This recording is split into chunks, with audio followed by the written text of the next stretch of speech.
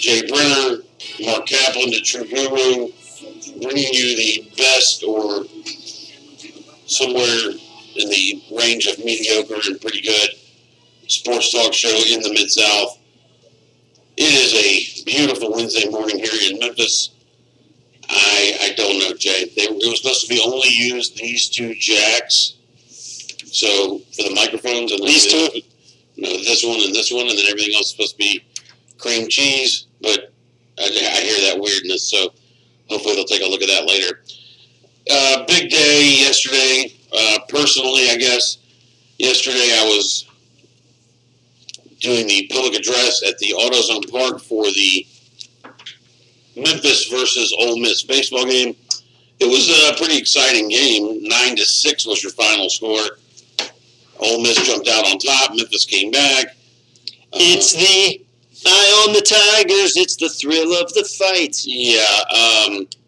It was a 3-hour and 58-minute game. It was very long, and it was fun. I enjoyed, it's a different atmosphere when you're at AutoZone Park versus when you're at FedEx Park. So I haven't been there in a while. I was there for a soccer game. I hadn't been there in a while for a baseball game. A beautiful ballpark. We had nothing to be ashamed of, and hopefully people will go out this summer. I know that I'll commit to going to more Redbirds games than I have the last 10 plus years, and go to a couple of games this year. So you're going to go to a couple? Yeah, I'm gonna effort to get out to a couple of games after the Memphis baseball season's over. I want to touch on a couple of things regarding the game. So, Mark, and you can chime in since you were there. You can mention if you heard this or not. So, when the Ole Miss offense is starting to rally and they got some guys on base, a bunch of guys in their crowd yell, "Throw it in the dirt," and the rest of the fans yell, "Dirt! Throw it in the dirt! Dirt! Throw it in the dirt! Dirt!" Did you hear this, Mark? No, I did not hear that. You didn't hear that? So they're yelling, "Throw it in the dirt! Dirt! Throw it in the dirt! Dirt!" I called an Ole Miss buddy of mine. I was like, "Is this something that you hear at the baseball games?" They go, "Yeah, they've been doing that for years." So one of the things that the Tigers do between innings, they do a game called Pocket Treasure. Jay, you familiar with Pocket Treasure? Negative. Pocket Treasure is, okay, ladies and gentlemen, we're going to mention an item that you might have in your pocket, wallet, purse, whatever, on your person. A banana. And if you, hey, ain't going to fall for a banana in the tailpipe. And if you bring that item to the marketing people, you can win a prize. So yesterday it was sponsored by Chick-fil-A, and if you had a Chick-fil-A receipt, you can win a prize. So how many people you think popped up with a Chick-fil-A receipt in their pocket out of whatever, let's say between 14 and 1,600 people? Oh, wow. I would say at least... Talk about keeping a receipt in your pocket. Yeah, well, I mean, I'm just thinking of the people that on their way down to the park, didn't want to pay for park food. I don't know, 15? All right, so 5. 5? It doesn't mean more people didn't have, but five people showed up with receipts. So, anyway. So what they win? I don't know what they won. Free haircuts? They could have won free Chick-fil-A for all I know. I was chained to a seat for the whole game. Chick-fil-A for life. You wish. So I wish. Anyway. So anyway, they have the marketing table set up. So the guy's doing throwing the dirt. So I'm thinking to myself, I got a really funny bit that would really be great, but it would also mean the end of my public address career from University of Memphis. So should I do this or not do this? And it's hard for me to resist a good joke. You know that. So they're yelling, "Throwing the dirt," and I'm thinking, this is such a stupid chant. So I was going to say, the first 4 Ole Miss fans that can run up to the marketing table and spell dirt will win a prize. Hey! How funny would that have been? Would have been pretty good. But you might have gotten one headline out of it, and yes, that could have been the end of your career. Yeah, so I was able to resist, and I had a good time. Ole Miss fans did come out, pretty good numbers, and it was fun. So there you go. Congratulations to no, not to Ole Miss. We're not going to congratulate them. No, I'll tell you one thing that did happen, Mark. I'm sure you missed this. Their right fielder tried to test to see if the outfield wall scoreboard was permeable and tried to run through it late in the game. And he realized the laws of physics don't cease to exist at AutoZone Park. And dude hit the canvas hard. He didn't get stretchered out or anything, but he was able to gingerly walk off the field, and then he had to get replaced. Walked off on his own power, huh? Yeah, mostly. It was a triple for Memphis, but this guy, he slammed into that scoreboard wall. It was quite a collision. So anyway, enough about me. Jay, what do you have? Anything exciting you want to tell us this morning? Well, we got some stories on the docket. We got a couple tidbits about Tiger basketball when you're ready. I've got a story from the NFL when you're ready. I'm ready for anything you got, bro. Okay, so as we go on throughout the month, I'll be continuing to update our listeners as to the college coaching news and notes around the country. What I can tell you is that, according to John Rothstein, CBS. Yeah, CBS. He does some appearances on. He may be independent now. Anyway, according to him, UNLV has settled in on that TJ Otzenberger, or he's a favorite out there. Really?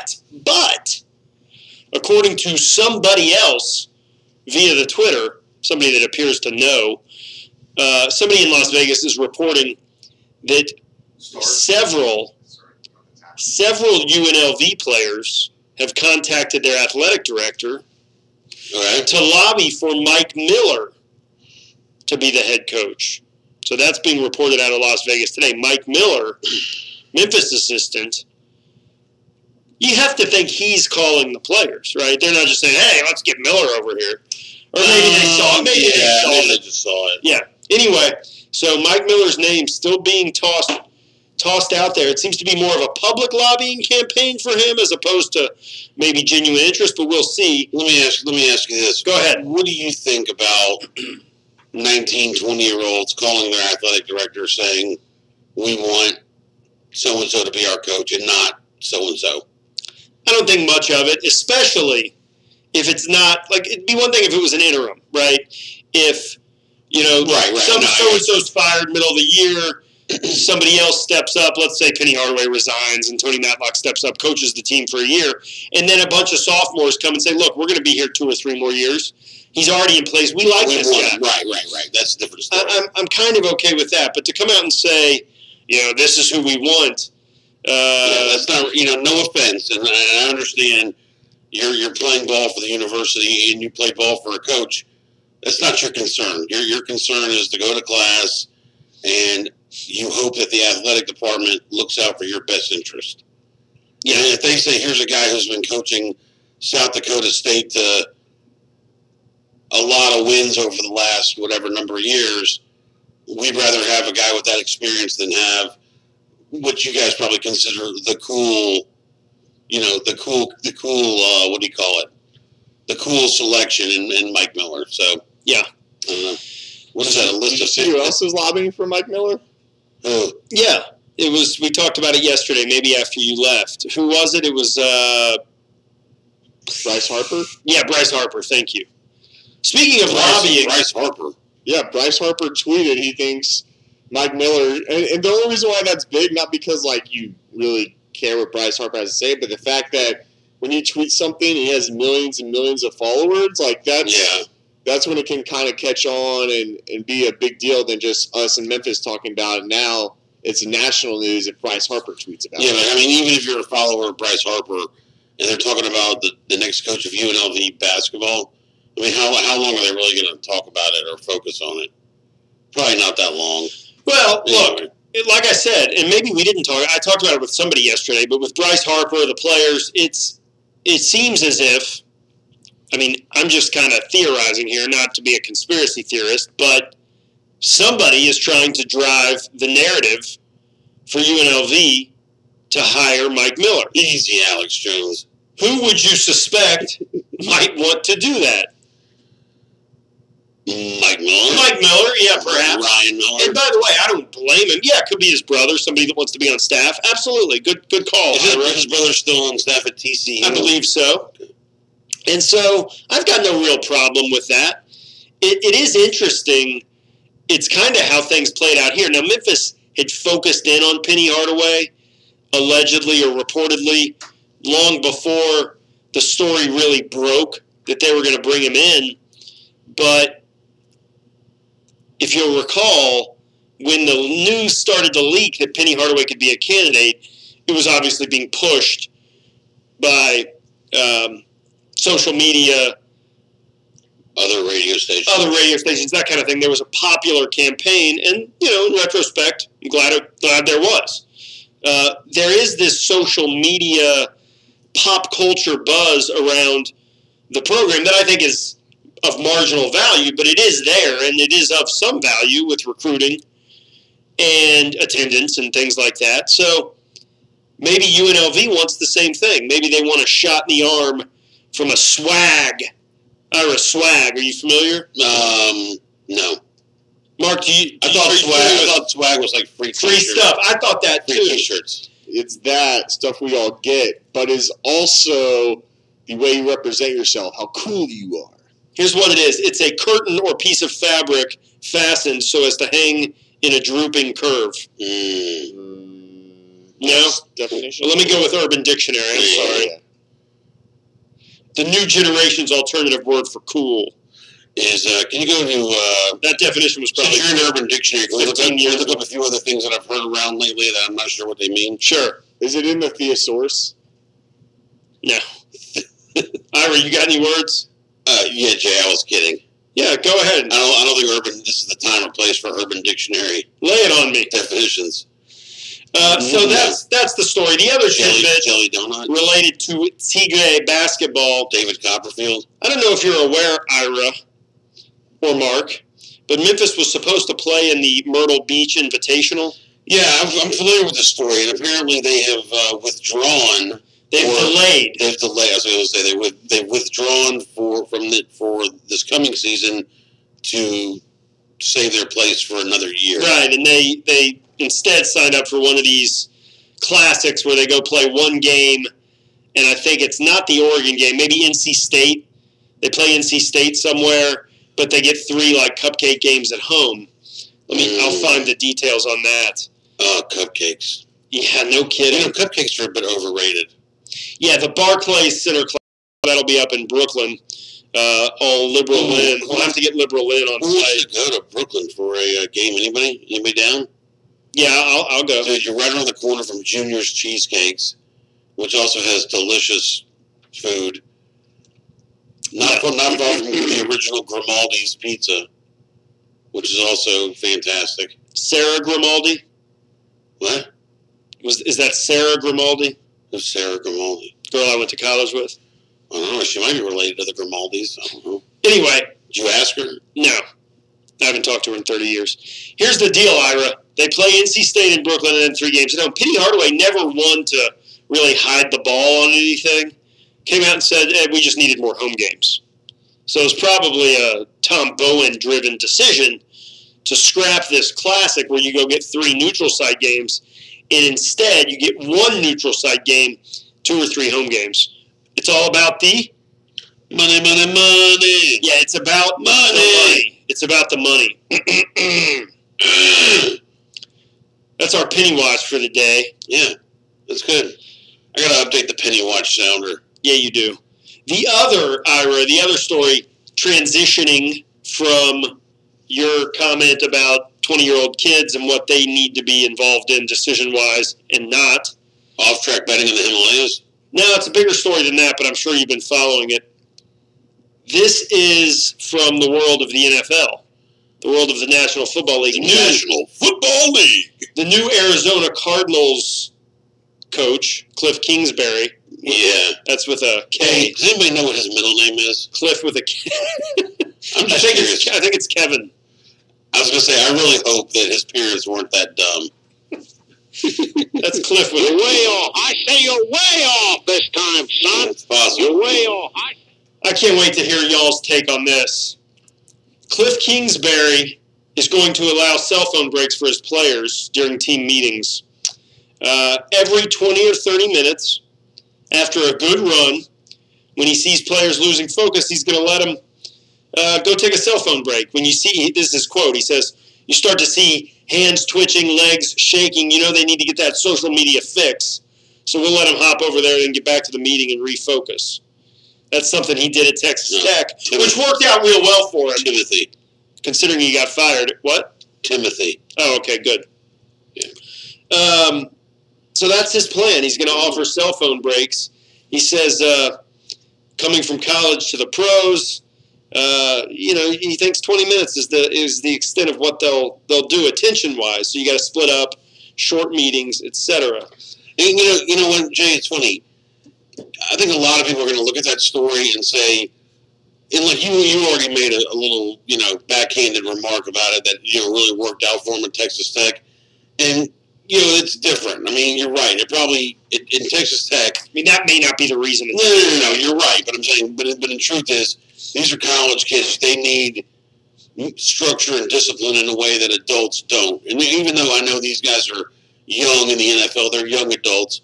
I think that it's not the worst idea I've ever heard, solely for the fact that, if you're a player and you say, well, look, he's going to give us this time, and let's say we're going to have a 3-hour meeting and he's going to give us a break, a 5-minute break every 20, 25 minutes, we should respect that he's going to give us the break and really focus on, doing our jobs for those 20 minutes. And the other truth is, I mean, you walk into a restaurant, and how many times you see two people sitting at a table, both on their phones? Like, who are they texting? Are they texting each other? Or are they texting other people? If this day and age, and it's not just younger people, it's everybody, that if they can't stay off their phones, for 20 minutes, then why should we expect anything different from some guy sitting in a meeting where they're talking about what's the coverage against a 4-wide set with no running back and one tight end? I mean, it's just the culture we live in that people just can't focus for that long. I'm busy here looking at my own cell phone, and I forgot what we were talking about. Yeah, we're talking about cell phones. Distraction. Android, baby. Yeah, I don't understand how that's even a story. I think the coach is doing a good job. They're going to stop paying attention after 20 or 30 minutes, get the itch to get on their phones. Let them get on their phones for 5 or 10 minutes and come back and refocus. Yeah, get on their phones, have a fight with their girlfriend.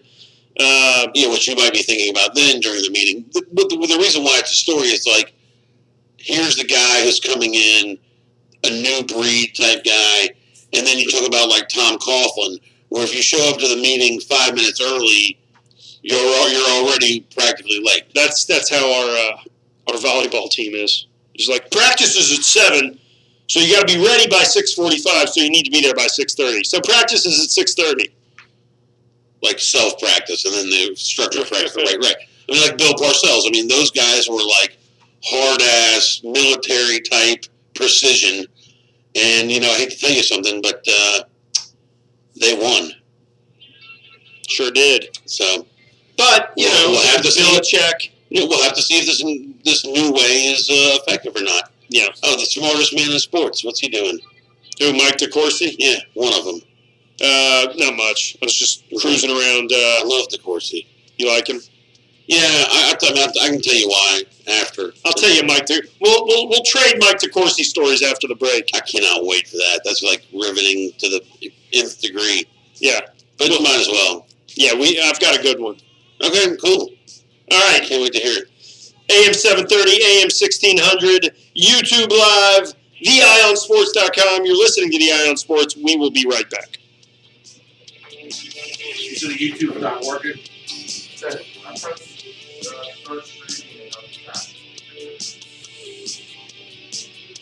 I'm Rooney McCracken. When I found out little Billy here was growing up without a daddy, I had to do something. When Big Aaron saw our picture in the paper, he called the Unified Fund and got involved. I had to. I couldn't help myself. But little Billy's not the only one. There's also little Jason. Once again this year, I'll be sponsoring a fatherless family. Every city. Sometimes when I wake up in the morning, Mr. McCracken's already there. Jonathan, we're a fly pattern all the way to the goal line. Tennessee. Kentucky. Dynamite. Deeper, Jonathan. Here's the thing, Mark. It's a tough world. These kids nearly got munched. Yeah. But they're back now.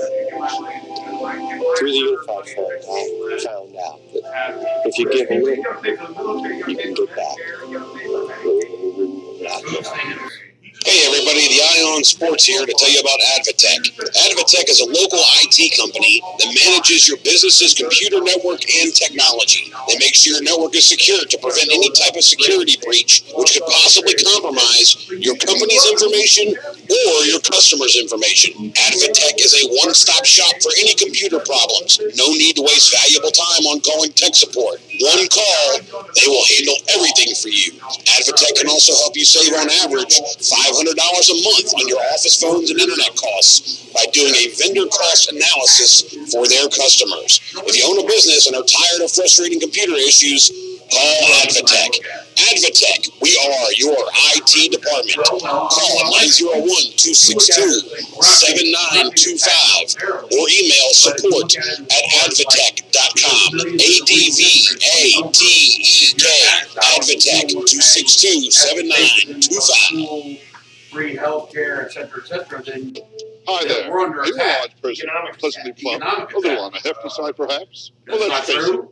Are you fat? No, I When you go jogging, do you leave potholes? When you make love, do you have to give directions? At the zoo, do elephants throw you peanuts? 1 Do you billion. look at a menu and say, okay? Well, now you can Depending eat on- what you depending want. on- Because at Thornton Miller's tall and fat stores, we've got you covered. That's right, fine woolen. And woolen blend suits and sport coats in all the larger sizes. Husky, stop, extra stuff, and the new Hindenburg line. And for you ladies, we have caftans, boo-boos, and our own exclusive A-frame in all colors and patterns. Yes, we have miles and miles of fabric. So take it from me, Thornton Mellon. If you want to look thin, you hang out with fat people. Thornton Mellon's foreign fat. Locations across America. Yeah, but that just said pockets, you look like a pool table. It also says they're going to You should increase try my the tall number and fat of stores. magistrates No offense. that are there to vet the people, increase the number of camps to hold the people. So what about that part? No, that's not true. No, I don't say you're Right. Right. fair. That's fine. I mean, it's a valid opinion. You know, people just disagree on it. Yeah, no, you're allowed to. Yeah, I'm ready. Love is the drug, and I've got the buzz, pal. Not really, but. So anyway, we mentioned Mike DeCourcy. For those of you who don't know, Mike DeCourcy is former Tiger beat writer. Is going on to a pretty solid career at the Sporting News, which, if you didn't know, is a weekly sports newspaper now. I don't even know if they still print it. Who knows? I don't even know, but it's I guess that's a sports website. If it is, Definitely probably still be a website. Yeah. Anyway, sportingnews.com. I will say this: I said one of the smartest guys in sports, Mike DeCourcy had one of the most well thought out, most genius takes I'd ever heard in sports, and it was around the Penn State drama with Sandusky, Paterno, the child molestation stuff, all that nonsense. Not nonsense, but deplorable situation. So they were talking about the penalties that were going to be inflicted upon Penn State and whether they were, good penalties or not. So Penn State was going to lose like 20 scholarships the first year. And oh, goodness, I didn't see that. Yeah, just stay focused. Yeah. That they were gonna, oh yeah, you're killing me here. That they were gonna, give them take away 20 scholarships the first year, whatever it is, the second year. So Mike DeCourcy says, okay, look, here's 20 kids that Penn State was recruiting, one of the top programs in the country, and now those scholarships don't exist. Okay, so those 20 players are going to go to 20 other top-notch schools. Okay. Probably because they were being recruited by Penn State. Then each one of those schools who gets one of these players has one less slot available for a player they were recruiting. So essentially what you're doing is you're taking 20 scholarships out of the college football program, the entire 115 whatever Division I schools. So now let's say I am the smartest man alive. wait till I finish. Right, this is great. I know it trickles down, and at the very so now Memphis, who would need 20 players, to need 20 average players, those players don't get college scholarships. So who are you hurting? It's the best drop I've ever heard. Yeah, I get it. all the way at the bottom, 20 kids aren't going to get a scholarship. That's a really. That's what I'm saying. So how is them taking away the scholarships? How is that really? I mean, how is that really hurting the institution? Yeah. I mean, it hurts them in a short run. Well, but look how quickly Penn State was able to get back. I don't want to relitigate Penn State. Well, they were able to get back because they reversed those penalties after a couple of years. Like literally took them off the books and didn't enforce them because they said that Penn State had appropriately changed the culture, which was all about culture anyway. That's a fine argument. Let me say this. Here's my Mike DeCourcy story. I loved the guy. He was you may have said this, but he was the commercial appeal Tiger writer, the beat writer for a number of years in the 90s, and then went on to work in Cincinnati and cover that program. Oh, yeah. And then he went to work for the Sporting News, and he's really good. He's a good college basketball writer, and he was always very friendly. You know, most in the media hated Calipari when he was here, and DeCourcy would always defend him. They were friends. Plus, I just think he made good points. He is, as you said, a smart guy. Yeah. So I used to interact with him on Twitter in a positive way because I liked him. Yeah. I mean, he would retweet stuff that I said. He retweeted stuff to me. Yeah, like stuff that I said, engage with me. And then in realignment, when realignment hit and the Big East was splitting off and Cincinnati was looking for a home and everything was all hell was breaking loose in realignment right around the time Memphis had been announced to go to the Big East, but everybody was splitting. The day that the Big East schools sort of announced they were leaving, he threw some rumor out that Cincinnati was looking to start a new conference with New Mexico or some conference. Memphis was going to be in it, some conference. But if they needed an NCAA, but if they were going to get an ACC invite, it had to be that weekend because the ACC was handing out weekends. Otherwise, they were going to sign a grant of rights with this new conference. And it was the weirdest story. Yeah. And it didn't make any sense because it just wasn't true. There would be no need to start a new conference. They had the shell of the Big East. They were I say you're way so it was clearly, in my estimation, it was clearly a BS story designed to try to get Cincinnati on the last lifeboat into the ACC, the Atlantic Coast Conference, with Louisville and whoever else was going over there. It was so obvious that that's what it was.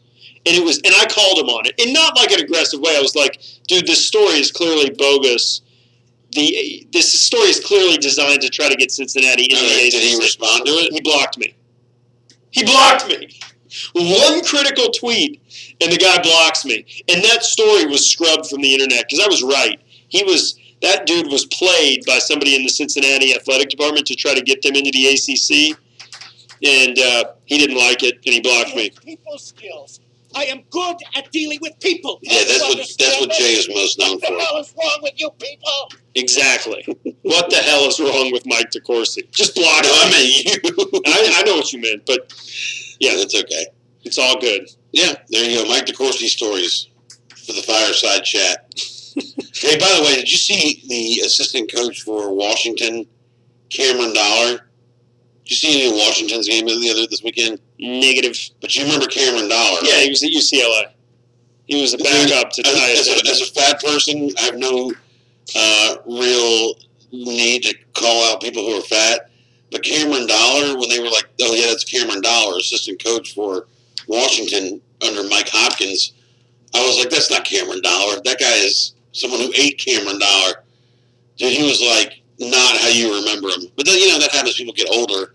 Get out of shape, I guess. But, I mean, happens a lot. Is he better than Mark Mangino? No, come on. Mangino and Friedgen are like, they're on a whole nother level. So, back to college basketball, a couple of news and notes. One that caught your attention. First of all, congratulations to Wichita State advancing to New York in the NIT. And they beat. Do you really care that they beat Indiana? I mean, that's my alma mater. Of course I care. That was the highest pitch. That's my alma mater. He doesn't care. I do care. I really don't care. I do care. So do you think if they would have gone to the NIT and even won the NIT, how would that have been reacted to by Indiana fans? The same way Memphis did it. It would be the exact same thing. They'd have a parade. You're way off. No, I mean, I think the Hoosiers had a little bit higher expectations this year than the NIT. But I think, it's still program rebuilding. Our best player wasn't playing. Who's your best player? Romeo Langford. Okay. Anyway, congratulations to Wichita State. I say it every day, it seems like, but what a turnaround and what a coaching job by Greg Marshall. Speaking of coaching jobs, Ira, Arkansas has parted ways with Mike Anderson. That makes yet another SEC coach fire red. Anyway, let's go back up to the top. What are you looking for? Look at the top. I want to see the headline. So Mike, okay, very interesting. Yeah, Arkansas fires Mike Anderson. That's what I wanted to see. The other part where it says Kelvin Sampson. Well, the reason they say that, I mean, his name is being thrown out for every job. The athletic director at Arkansas is a guy named Kevin Juracek. He was at Houston. So no relation to Gordon Juracek. That's correct. Gord, over here. Don't tell me my business, boy. I'm just checking the luggage. Man, somebody washed these windows. They got filth, muck all over them. You see this a lot with athletic directors move on and they say, oh, he's going to bring in this guy. It almost never works that way. It almost never does. In fact, I want to say the athletic director prior to Juracek, they said was going to bring Sumlin or something. I mean, it always works that way, but it never works that way. They always say it. I don't happen to think Sampson's going to go anywhere that isn't just an obvious great job. You know, Fayetteville, look, nobody's gotten it done there since Nolan Richardson. Pelfrey whiffed. This guy, Anderson, whiffed. Who was Pelfrey the immediate successor to Stan Heath. Stan Heath, right. Well, that guy whiffed. You know what? I never really thought much of Stan Heath because he was able to ride coattails of other coaches and win with their players. And then when it came time to have his own players, he was not successful. Like his teams at Kent State were all because of Gary Waters. Yeah, let's not get into it, but yes. Well, Gary Waters is a former friend of the Ion Sports in its earliest incarnation. What? No. Well, we whenever we're in town in the same town together, we always grab a bite, grab a steak. He got blocked on Twitter for brunch. Mr. Beast. We always have brunch together. But no, I haven't talked to Mr. Waters in a while. Anyway, Arkansas, Vanderbilt, Alabama, Texas A&M, all open. Ira, rank those jobs. Rank that? Yeah, rank it. Rank that between, they say, Arkansas, A&M, Vanderbilt, and Alabama. What's the best job? I think Arkansas is the best job. See, you say that because it's the most historically... No, the reason why I say that is because they, like to Texas A&M, I don't think they're fan. I don't think basketball is important for them. Okay, football is what's important. Now I think they've got their stadium's the largest stadium. They got the biggest, athletic department in the country. I think they got the money. It's all about football for them. Vanderbilt, while their football program is, sometimes they'll have some what they would call decent years, 7-win years. I don't think any of the sports really make that big of a difference for them. Now, they had pretty good runs over the years when they were consistently good, but nothing, fantastic. Alabama, certainly, like I've mentioned before, it's the third or fourth most popular sport at their school. At Arkansas, you are practically, and I would say maybe even exactly on even footing with football as far as it's important. I mean, they built, they got a 20,000-seat arena there. When they're good, they fill it up. And when they're not good, it's still, you got to remember a lot of schools, their stadiums are 10,000 people. Fog Allen's 10,000, 12,000, right? Is that about right? That's right. All right. Cameron Indoors, 10, 12,000. At Arkansas, when they stink, they're getting 10,000. So I think that Arkansas, with the right guy, I think one of the problems when you're talking about the former, the coaches that came after Nolan Richardson, I think so much of it was based on the style of play that people wanted to see. That 40 minutes of heck. Right. If they didn't see 40 minutes of hell and translate that into wins, then they weren't even interested.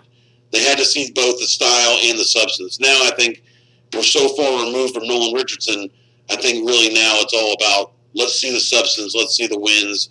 And they haven't had, I mean, they've had some decent years since Nolan Richardson, but nothing like the runs they had under him. Well, we'll see who gets that job. They have their sights set big, I think. They talk about Hoiberg. What I just read is that Fred Hoiberg going to Nebraska. That's what I heard. Yeah. So we'll see who Arkansas hires. Sampson, Hoiberg. And I don't see it. I think they'll end up with Patino. Get him out there. Patino to Arkansas? Wouldn't that be great? Be great. Yeah, it would be great. Get Memphis back on the schedule. All right, what is more likely to happen? Kelvin Sampson leaves Houston for whatever job, or John Pelfrey gets another crack at college basketball as a head coach this year.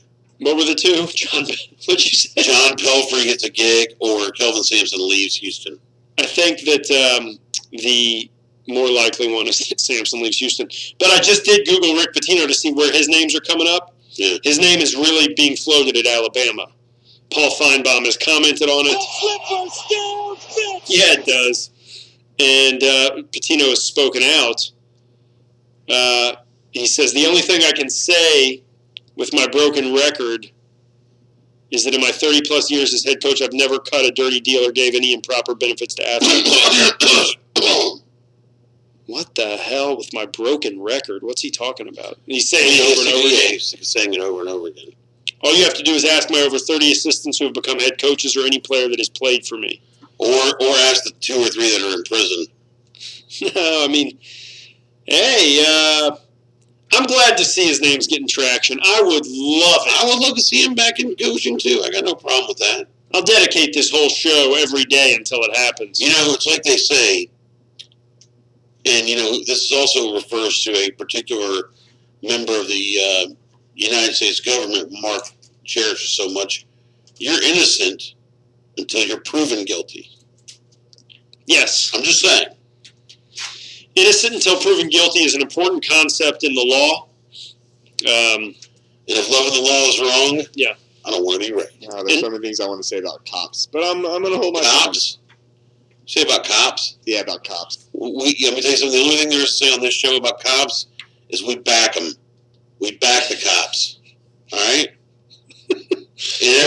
Mark, say whatever you want. If there's 100,000 cops and there's 20 bad ones, statistically we're doing okay. No, there's 20 bad ones you need weeded out. They need to go to jail for their the things they do. Well, I don't disagree with that, but there's plenty to do. They're not above the law. The only person that's above the law is Steven Seagal. Oh my gosh! Don't bring his name up. What? I literally have seizures when I hear his voice. Well, literally? Yeah, I can't. It's like literally the worst sound I could ever hear is Steven Seagal's voice. All right. If you say so. Yeah, I don't understand why people like that dude. He's just... Who said that they like him? Because people like him. I don't get it. Have you seen him lately? First of all, yeah, he's big. He's a big boy. First of all, he does no karate, though. People want to see dudes' arms getting snapped, people's getting shot in the leg with a shotgun, him being a total bad ace on the screen. That's all I'm saying. But he's not a bad ace. Oh, dude, are you kidding me? He's so good. His karate is pure. No. Come on. A level from Chuck Norris, he's all the way at the bottom. Chuck Norris all the way at the top. Dude, that's how I judge karate. You don't know anything about karate. Chuck Norris at the top. Steven Seagal has an official website. It's stevenseagal.com. That's a shocker. Philanthropy. Dude, no, seriously, I bet that's... see if that mentions St. Jude. Here are just a few of the awards that Steven has been honored with over the years. He won the first annual Environmental Media Awards. He won the PETA Humanitarian Award in '99. Nice. He won the Sashi 2001 Humanitarian Award. And he was honored as the first private citizen to destroy a nuclear device. I like that. I'm the second. Is that on the movie or that's in real life? I'm actually was the third private citizen to destroy a nuclear device. Here he is visiting sick children. Did he? He had wires. He had a child in St. Jude. Oh, I did not know that. Yeah, so he actually had a house in Eads, and then he was living there with the infirmed child, and it turned out the house was full of mold and stuff, and he had to move to another house, and then subsequently someone bought the house, ripped out all the mold, the walls, all that stuff, and subsequently a friend of mine bought that house. So he lives in Steven Seagal's old Memphis house. Did he get like a signed wall? Yeah, he got a signed gi. You know what a gi is? Good. You know what a gi is, right, Mark? I'm all familiar with gis. Okay. All right. When we come back, we'll talk about something. Guaranteed. Guaranteed, we'll talk about something. We'll be right back. Yeah.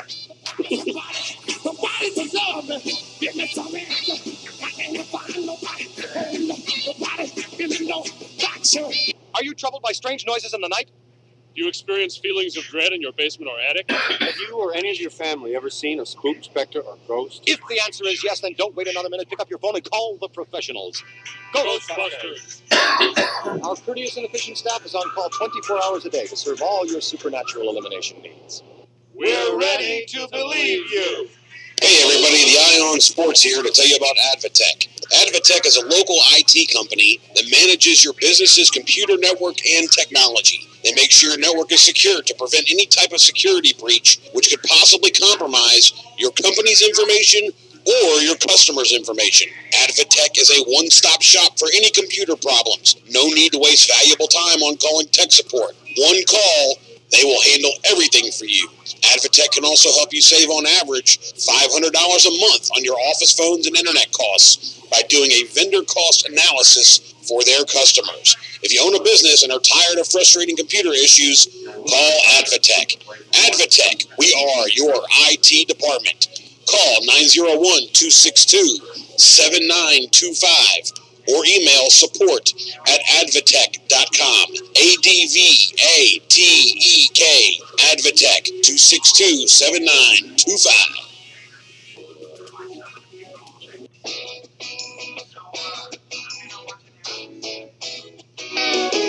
Get your sea shined up, grab a stick of juicy fruit. The taste is gonna move ya. Take a sniff, pull it out. The taste is gonna move you when you pop it in your mouth. Juicy fruit is gonna move ya. Your juice is sour, it gets right to ya. Juicy fruit, the taste is gonna move ya. Sidewinder, the wheels twist behind her. Try and catch me. It's the big new Sidewinder cycle. Your parents put it together, and Sidewinder's got the stunt shifter. Sidewinder. With sure grip steering, super sleek styling, and a stunt shifter that can spin you into excitement. Sidewinder. Sidewinder cycle with stunt shifter. New from Tonka.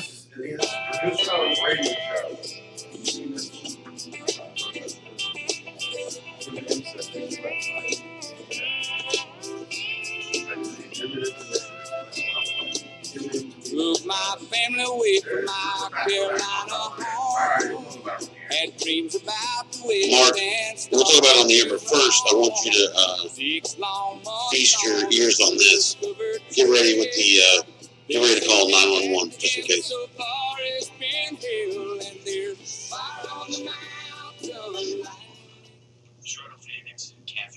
Can't hear it. That was funny. Yeah, great. We find someone to be cooler back then.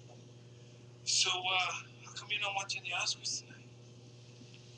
The Oscars? Yeah, the Oscars. Yeah, I don't know if that worked out very well. Oh, I could hear it. Yeah, I was trying to. Was that Steven Seagal? I was trying to induce a seizure in Mark because I was playing some Steven Seagal, but apparently. How dare you? Apparently, he's been taking his anti-seizure medicine. Thank God. Jay. That CBD oil, that legal stuff. Yeah, CBD oil. It's legal. Okay, so Ira, you made fun of me the other night for a number of things. For watching the Express and the Iron. Make fun of you. You kind of did.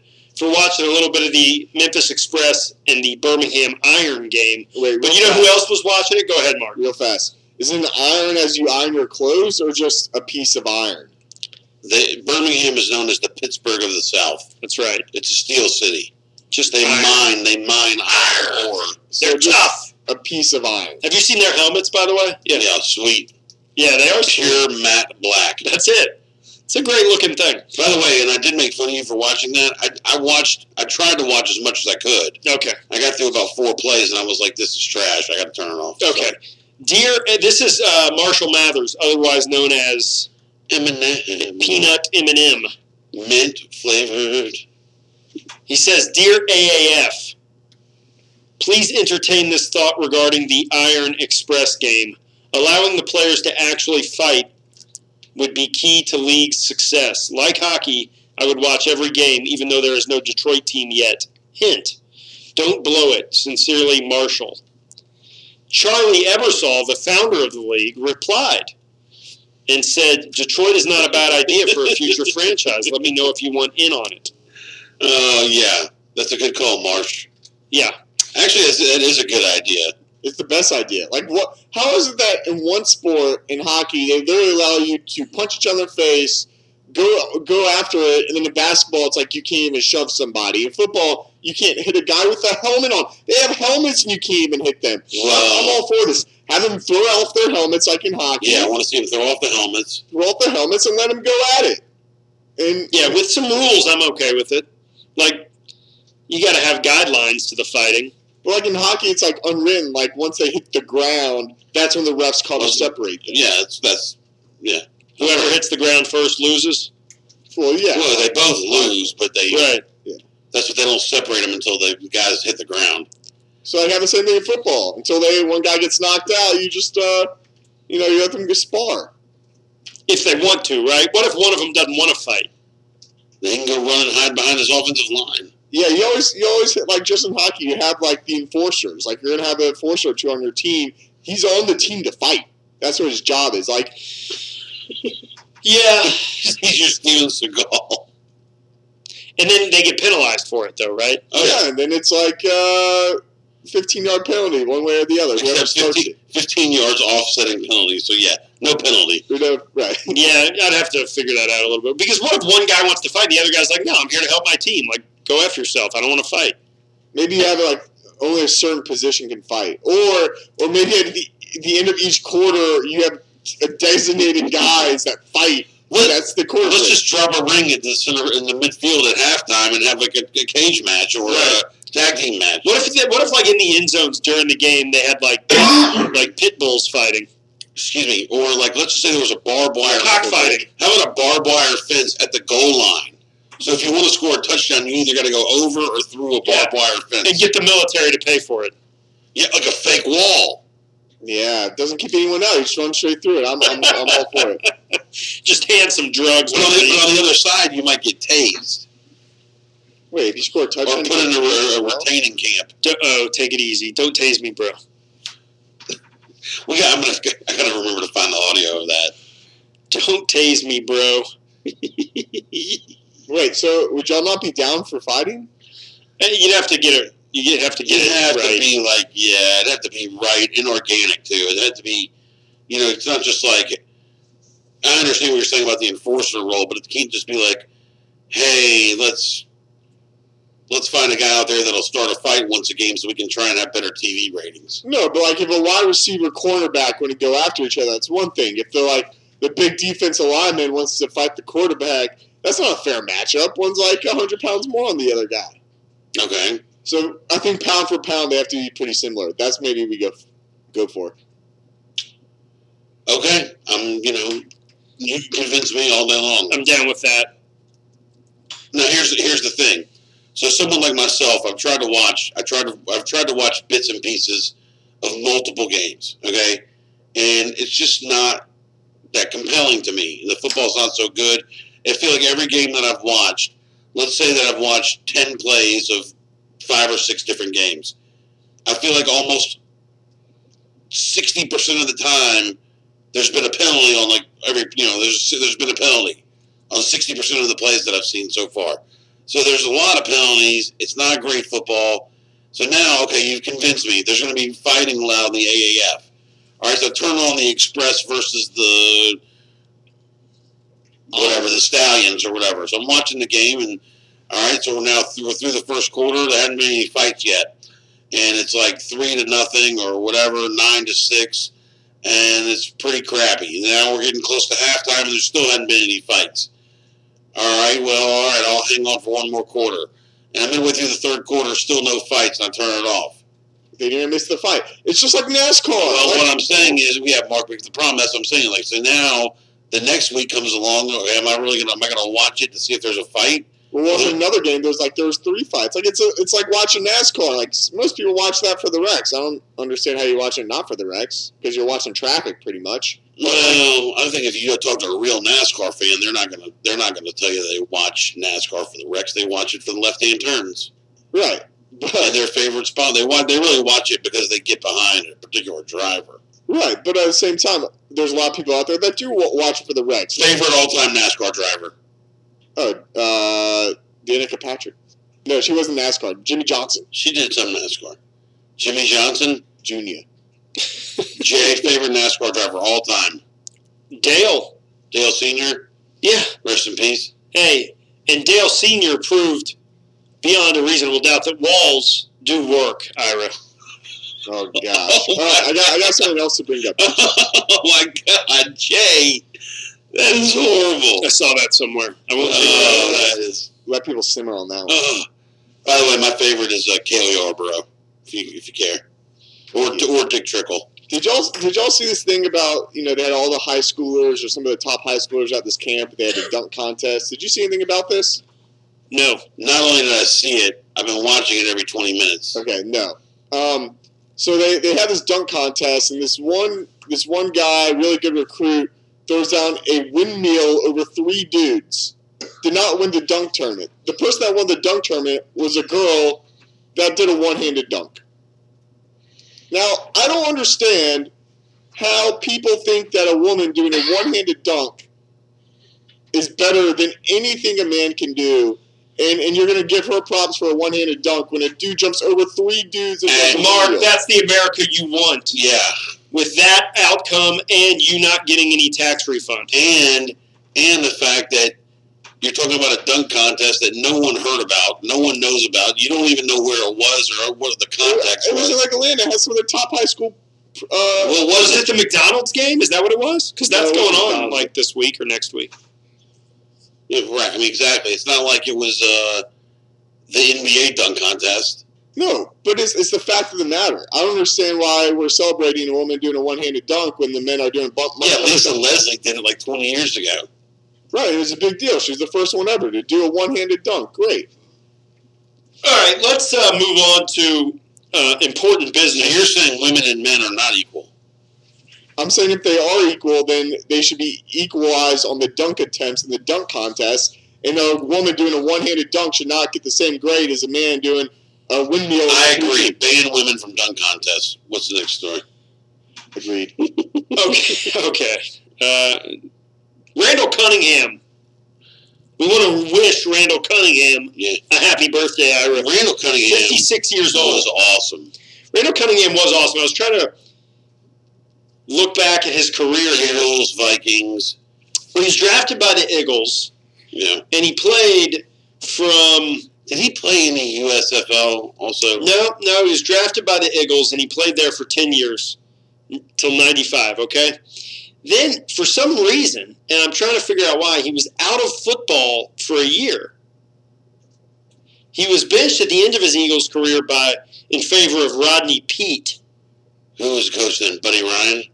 No, Ryan had left. I think it was probably... Bruce Coslett? I don't think it was Bruce, but Coslett.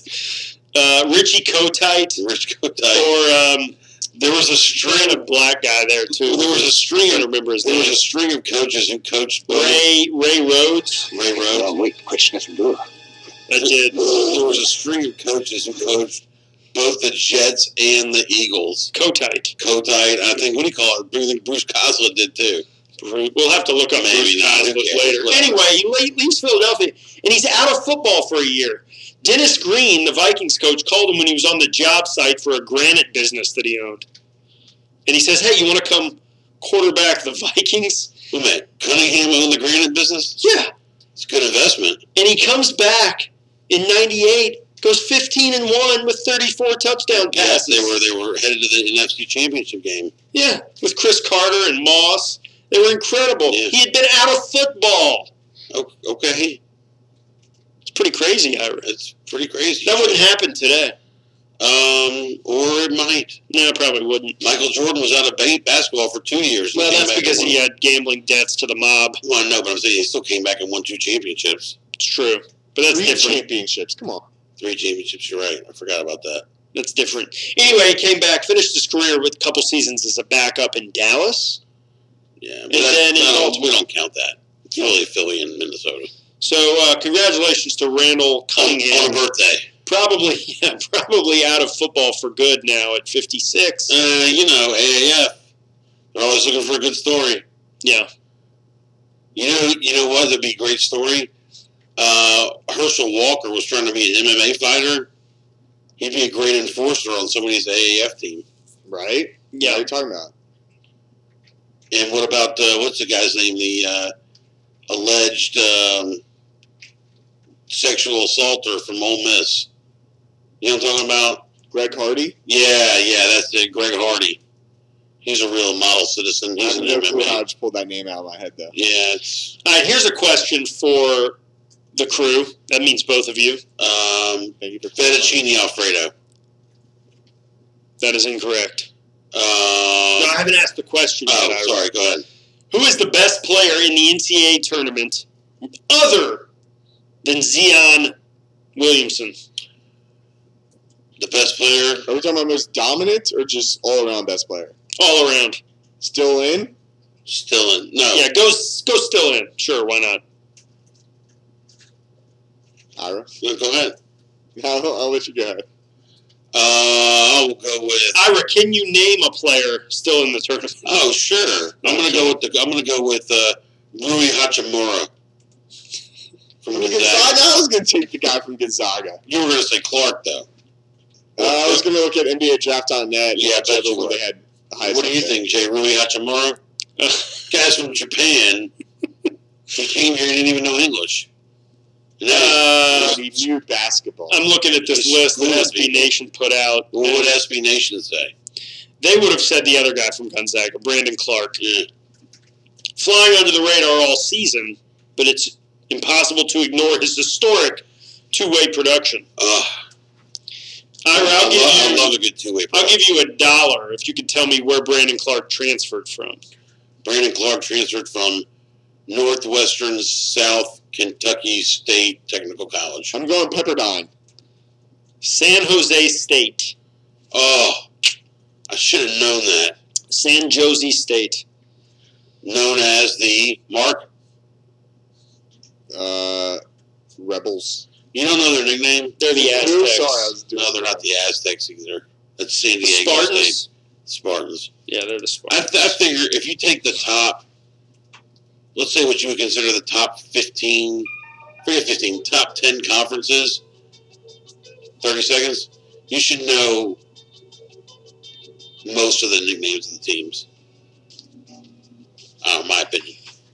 How about I love that Carson the top 10 conferences? Yeah, how about, let's see if I can stump you. All right, we got to get going. There's no way, though. Quickly. Drexel. Drexel Dragons, bro. Canisius. College of Charleston. Stumped him. No. We didn't stump him. We got to go. Good morning. This is the old Trailblazer broadcast. This is Pastor Alvin Vendorvis, the old Trailblazer, bringing you another message from God's Word. Yes, we're here in our studios at the First Baptist Church of Algiers, and you folks there in our radio audience, would you write us? It's Radio Mission, Post Office Box 1810, 70785. Let me give you an invitation to write us, and we'll send you a catalog of our Radio Bible and Bookstore. Radio Bible and Bookstore, Send you a catalog of all of these gracious books that we have, and Bibles, and all of them are discounted to our folks, and we just love to send that to you. We also have a Spanish catalog, and would you help us with the broadcast here on the Old Trailblazers? It takes a lot of money to put these broadcasts on. The Voice of Truth broadcast every Sunday goes out over this nation. The devil's always after the broadcast. That's right, opposition's springing up everywhere, but the Lord is in control, and I praise the Lord for it. So we're bringing you a series of studies now on Satan, the God of this world. We've been there now 3 or 4 weeks, maybe, it seems like. And we're looking at the doctrine of the devil. Yes, we're looking at the doctrine of the devil. How that Satan has permeated our pulpits, permeated our Bible schools, permeated our colleges. And now we have a new gospel, a new age gospel. That's right. And we find, as a result of all of these things, many of our pastors, their preachers, their consciences have been seared. That's right. They're jealous in their pulpit. They won't have it. They won't have it because they're hung up, as it were, on this new theology, and their conscience seared, their past feelings. As Paul wrote to the Ephesians, and they're the most cruel people in the world. That's right. These unsaved religious leaders are the ones who put our Lord to death. So as cool as Christ said they will kill you for thinking they were doing God's will. They will hate you without